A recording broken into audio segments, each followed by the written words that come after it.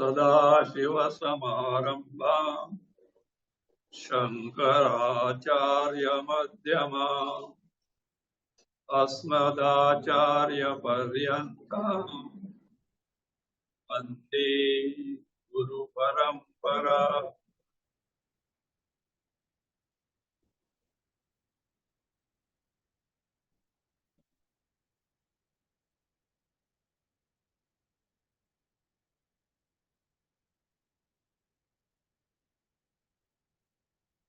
You know the topic of today is why Shraddha.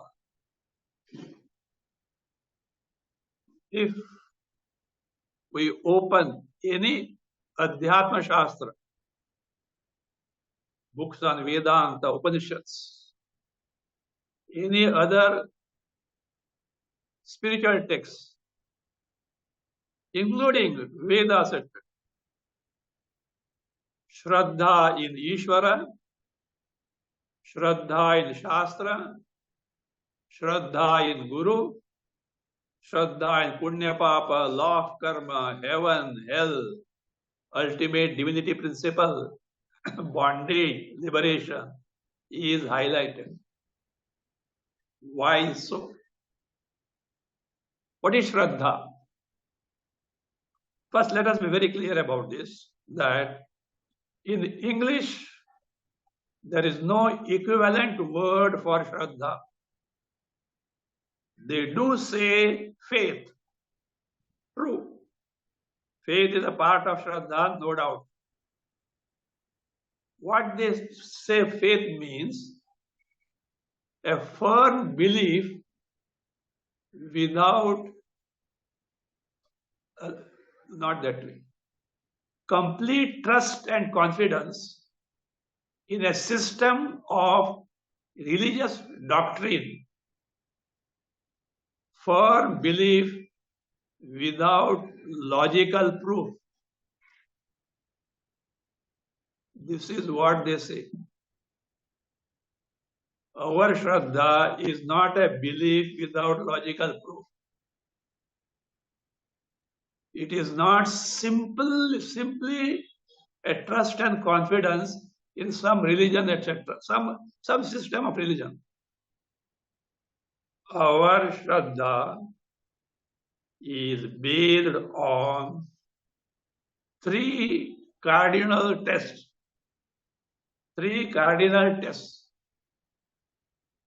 They are Shruti, Vedas, Yukti, Anubhava, reasoning, and Anubhava, experience. It is said so in the Vedas. Why Vedas will say come afterwards. It is given to reasoning, and most of the things are verifiable. Of course, there are others also non-verifiable.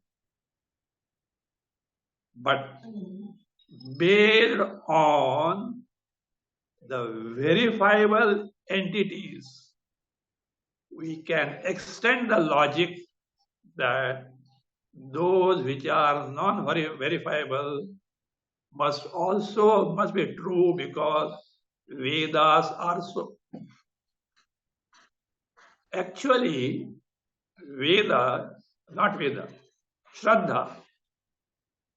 Shraddha is a combination of no doubt, faith, but also bhakti, sincerity, commitment, honesty, purity. It is a belief pending inquiry. And pending inquiry and verification. It is not blind acceptance. There are valid reasons to accept it. Bhagavan Krishna very clearly tells in Bhagavad Gita, Shraddhavan labate jnanam Samshayatma vinashyati. One who has got Shraddha, he can gain the Atma Jnana, Brahma Jnana. One has no Shraddha, vinashyati, gets destroyed in the sense, becomes useless for accomplishment of any Purushartha, even Artha Kama he can't. So, Shraddha in our Sanatana Dharma, is not an unfounded belief, but it is centered on the Veda as the ultimate pramana, the means of knowledge. Even those texts which are based on Vedas are also the pramana, the means of knowledge. Those who brush aside Veda as a blind belief are mainly those who are the votaries of science. They don't know that there is a vast difference between the field where Vedas operate and the field where science operates. Vedas are said to be apaurushaya. Paurusheya is a product of human intellect. Apaurusheya is not a product of any human intellect because human intellect has its own defects.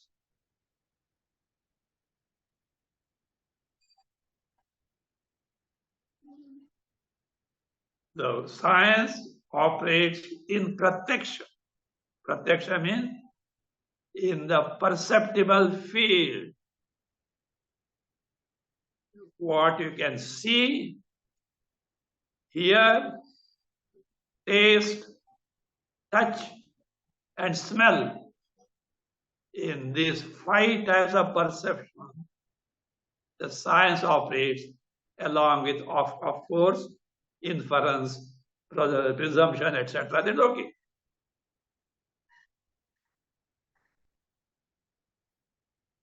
These are all paurushayas.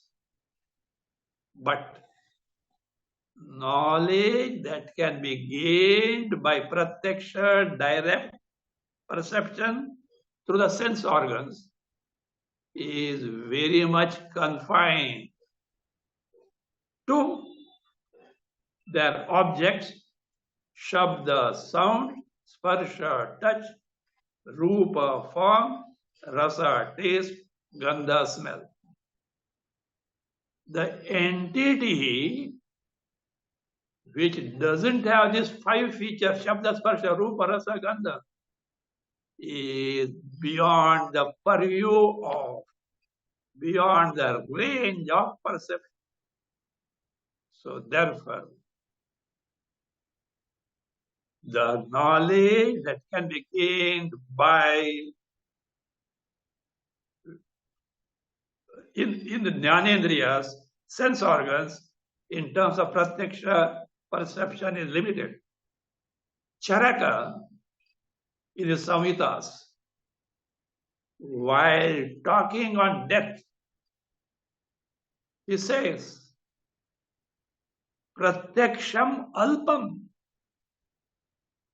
Knowledge that you can gain by pratyaksha is alpa. Alpa means very limited. Apratyaksham analpam. There is a body of knowledge which is beyond the perceptual field. It is analpam. Analpam means what? Vast compared to perceptual field. Let us see where do the Vedas operate. It is said, Pratyakshenānumityāva yastupayo na buddhyate enam vidanti vedena tasmat vedasya vedita. Whatever solution, whatever means cannot be gained, cannot be known by pratyaksha. By pratyaksha, the direct perception, anumitya, by inference, yastupayo pratyakshenānumityāva na buddhyate, is not known. Enam vedena vidanti, this can be known by Vedas. Tasmad vedasya vidita. Whatever you cannot know by perception and inference, that knowledge is the subject matter of Vedas, and it can be known by Vedas.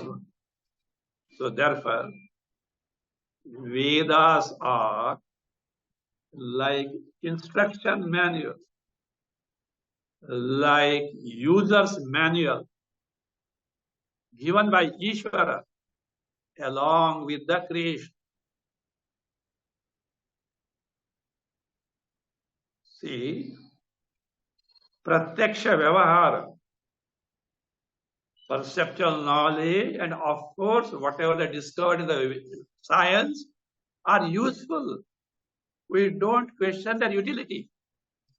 But what we want to point out is the ascertainment of ultimate reality, which is imperceptible.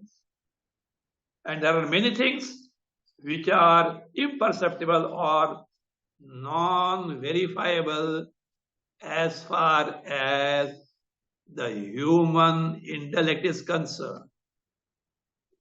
Those things constitute the subject matter of Vedas. So,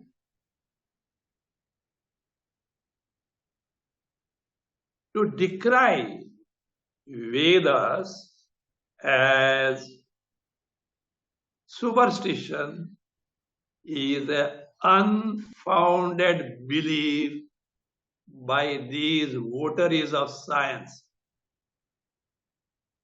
I call it scientific superstition. We have got valid reasons to accept Veda as the pramana. As I told, Shruti, Yukti, Anubhav. Whereas they have no basis to deny it. It is based on their superstition that what doesn't meet the eye doesn't exist. Everything they want in terms of experimental demonstration, empirically available. But there are many things beyond that realm. That is what is called as atindriya. Atindriya. Or transcendental. Or imperceptible.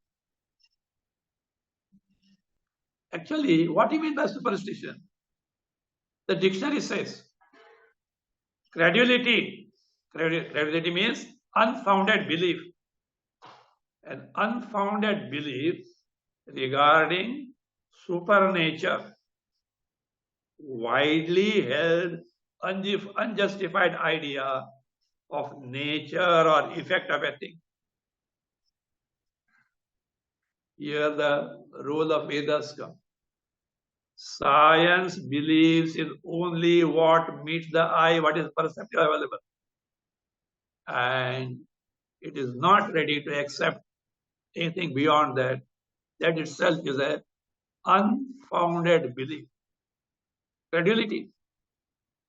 That is superstition. That's why I say scientific superstition. The problem is they do not take into account epistemology, pramana shastra. Epistemology or pramana shastra means theory of knowledge with respect to its methods of gaining and the validation of the knowledge gained. This they don't take into account. Scientists don't take into account. Whereas our all darshanas in our Sanatana Dharma culture, first they trash is the pramana. What they have decided may be wrong, but they know the role of pramana. So now let me give you an example. Atma Brahma, which is nothing but Chaitanya, your awareness principle, your conscious principle. It has no Shabda, Ashabdam Asparsham Arupam Avayam Tatha Arasam Agandavat. Shabda, Sparsha, Rupa, Rasa, Gandha, which can be perceived, are not the features of Chaitanya Atma Brahma. You can't see by eyes, you can't smell by nose, you can't taste by tongue, you can't hear by ear, you can't touch by skin.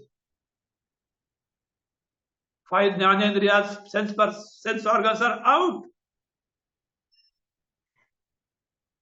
Only because you say that it is not there. You are alive. Your body is inert. From where that Chaitanya has come? It is there independent of this. So that is how. So other thing, Chaitanya Atma Brahma is said to be avyavaharyam, non-transactional. Karmendriyas, organs of action, and pranas, vital airs, have no function in it. It is said to be avyapadesham. Avyapadesham means Shabda Shaktya Vishya.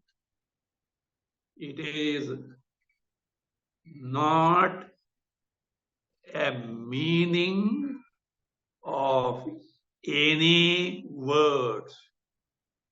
It's not a meaning of any words. Because words can travel in the realm of jati, species, guna, features, kriya, action, sambandha, relation, rudi, the custom. None of these are the features of Chaitanya Atma Brahma. How can the words, any word can describe it? Achintyam, inconceivable by the mind as its object.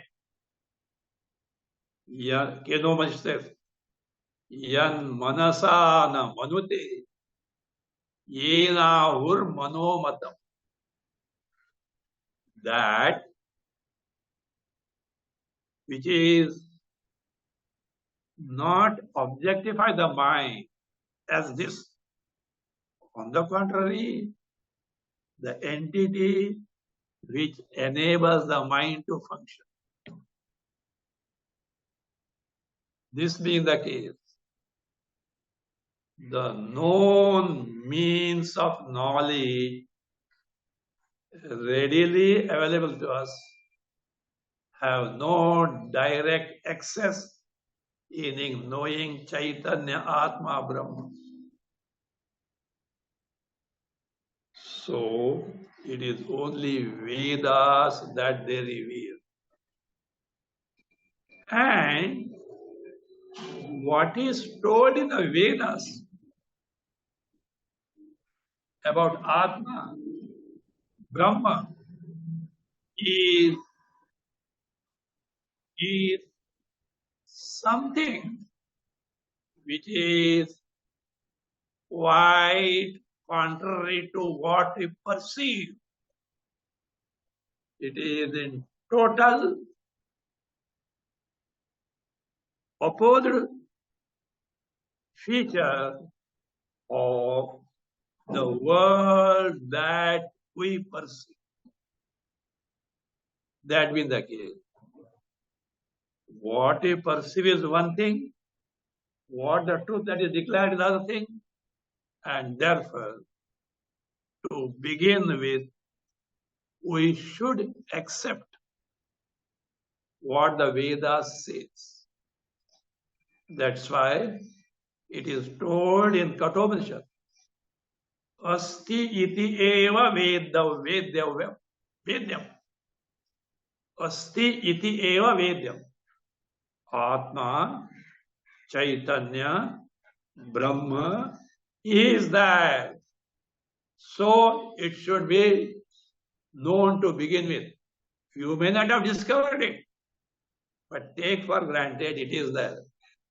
And if you don't accept, Taittiriya wants, asanneva sabhavati yasad brahmeti veda chet asti brahmeti veda chet santamenam tato vidu.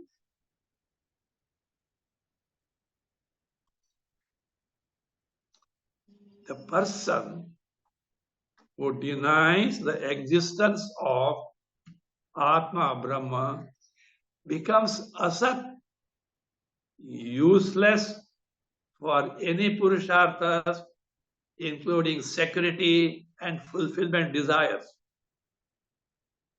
He is as good as non-existent.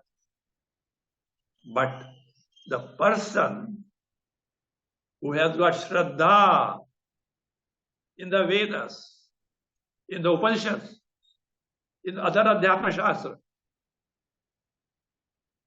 except it is there, and takes to the means whereby he can discover it, he can accomplish it. So he takes to the jnana sadhana. As a result, santamenam tato viduhu. So he becomes the right person who in course of time discovers his Swarupa.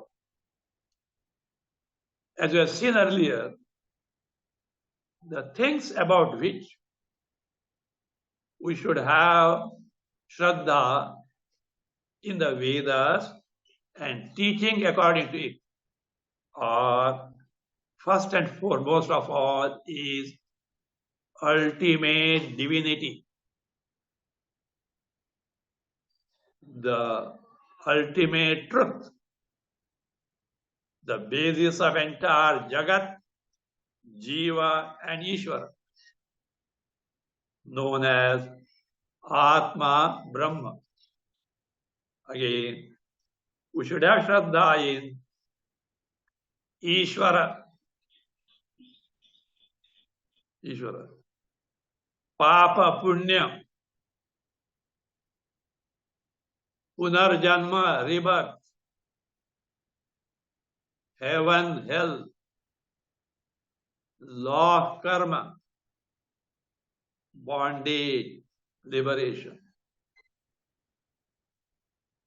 In this ultimate divinity principle, Atma, Brahma, and Ishvara are verifiable.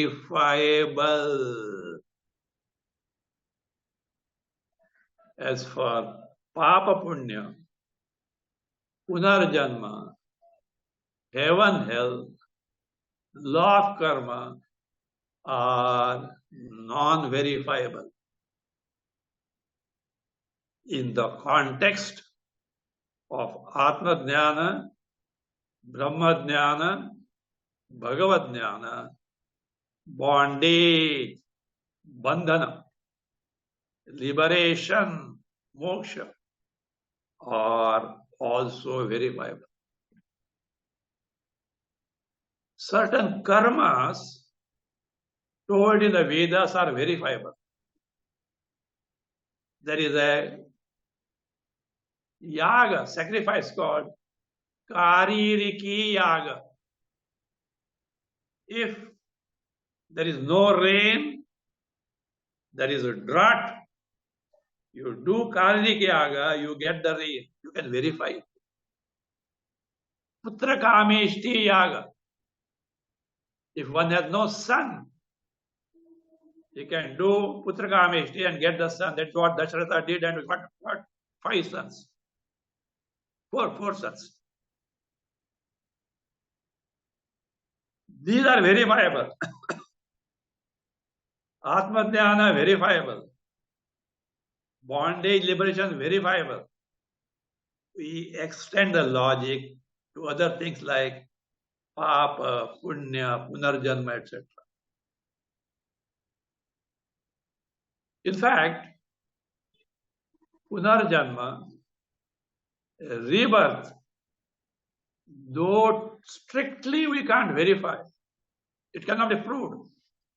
Yet, we have quite a number of well-documented and verified cases of past lives, memories that are found in some cases. There are many such documents available.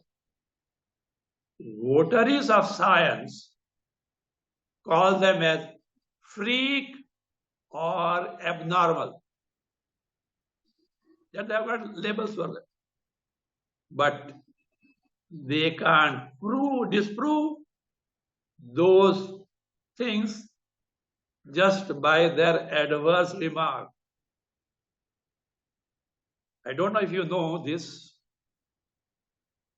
100 years back, in US, I think in Colombia or somewhere, there was a person called Edgar Casey. He was called as sleeping prophet. He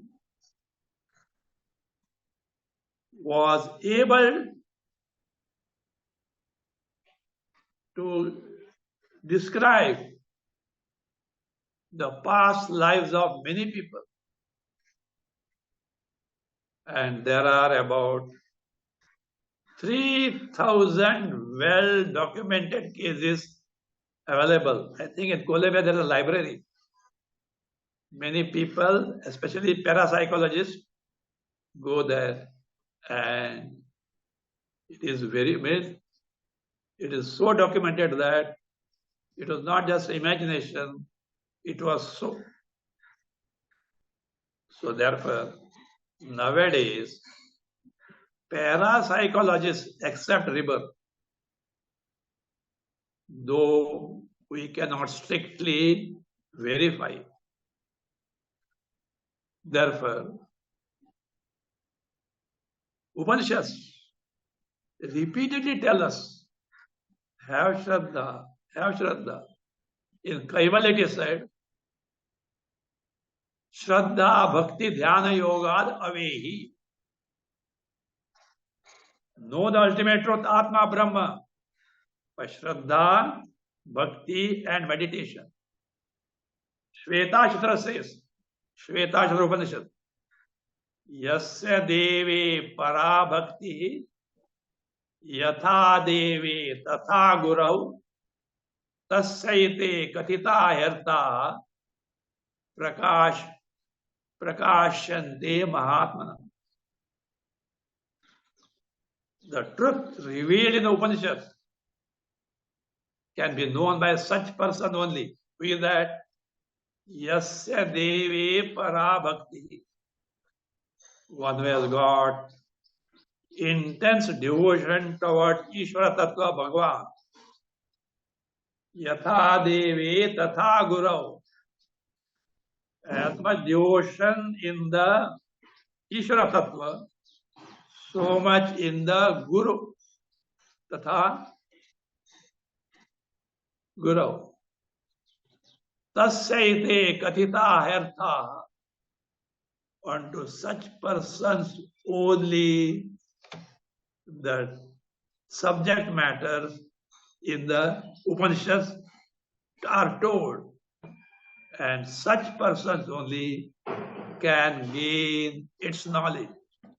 This is the last mantra of Shvetashara Upanishad. That's why when a Shishya, disciple, approaches a Guru, what he expects is the means which is followed by many and verified.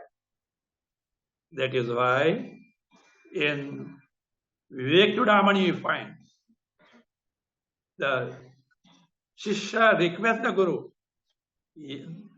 No, not Shishya. The Guru assures the Shishya. Yena eva yata yatayosya param tameva margam tava nirdisham. O disciple, rest assured, I am going to tell you that path which innumerable masters of the past have walked and verified. So therefore, our Shraddha in Sanatana Dharma, based on Vedas, cannot be dismissed as Andhashraddha. In Chandogya, the father Uddalaka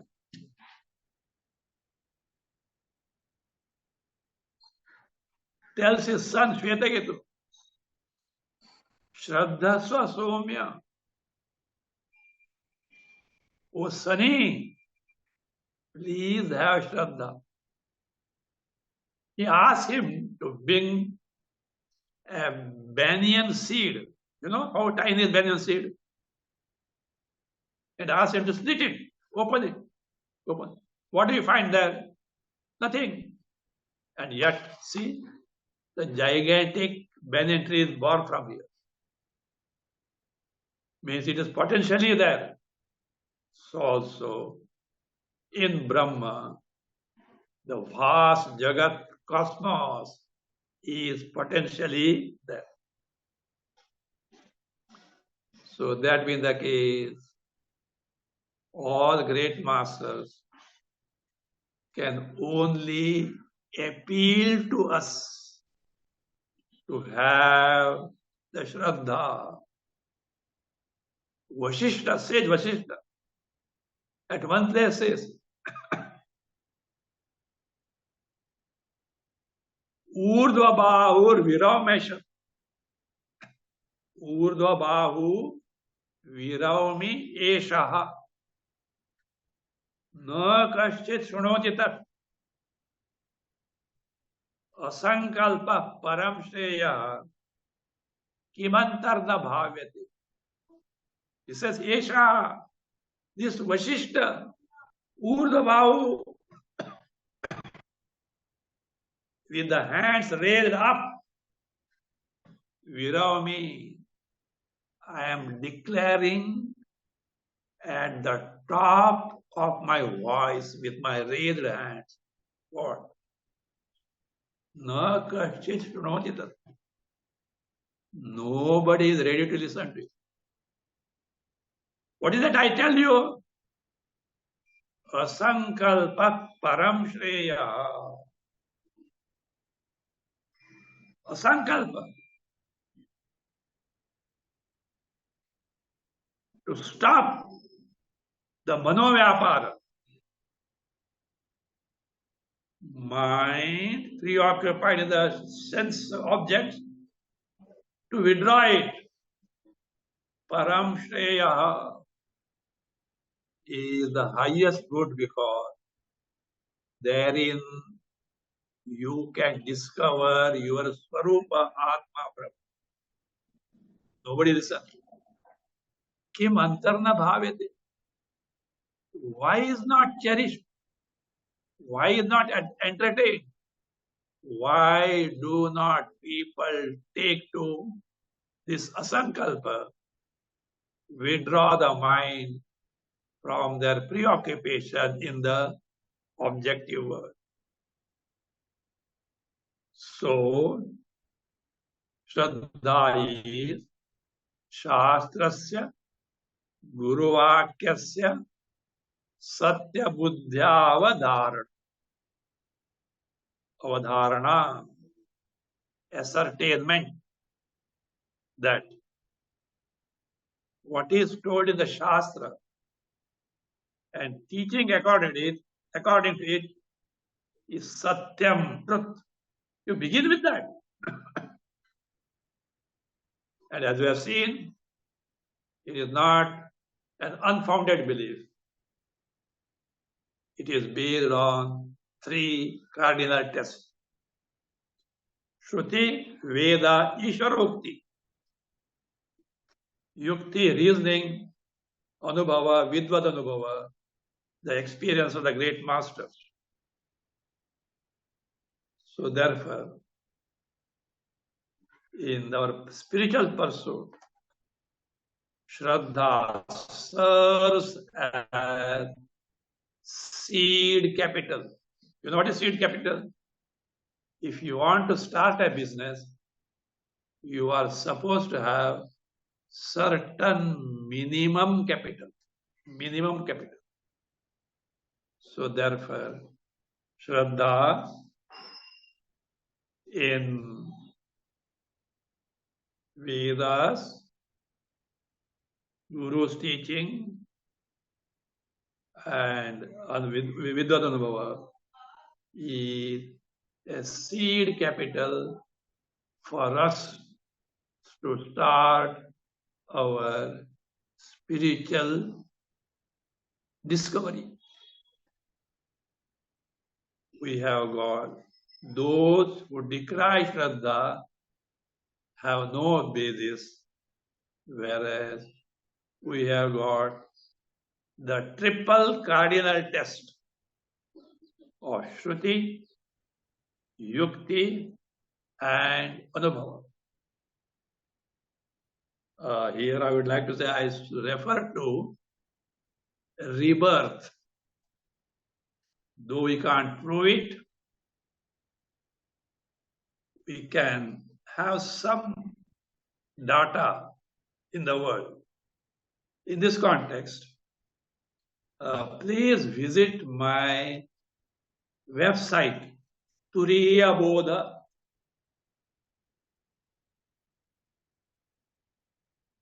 Turiya Bodha. There is an article on the wings of death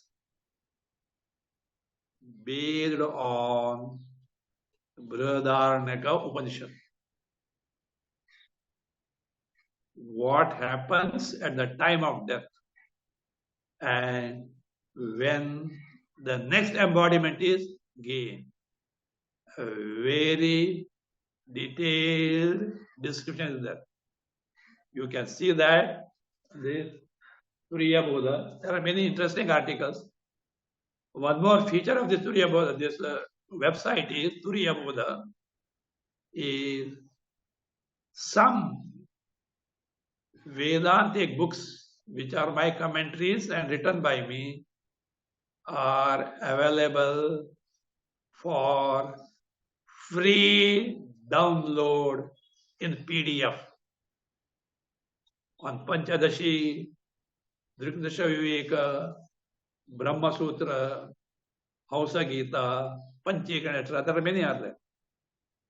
And the special feature will be by end December, a new book, e-book will be uploaded, Anubhuti Prakasha. of Vidyaranya Muni, which has got 20 chapters, poetic commentary on 12 Upanishads. Those who cannot take to study of Upanishads with Shankara Bhashya, they can get totally benefited by this. It is about 2,800 verses. And the book is going to be about 2,400 pages larger size. The commentary is exhaustive. I would say that text with commentary is like a mini encyclopedia of Vedanta. Do make use of it. Thank you all. Thanks to Indica for arranging this talk. Thank you all. Oh.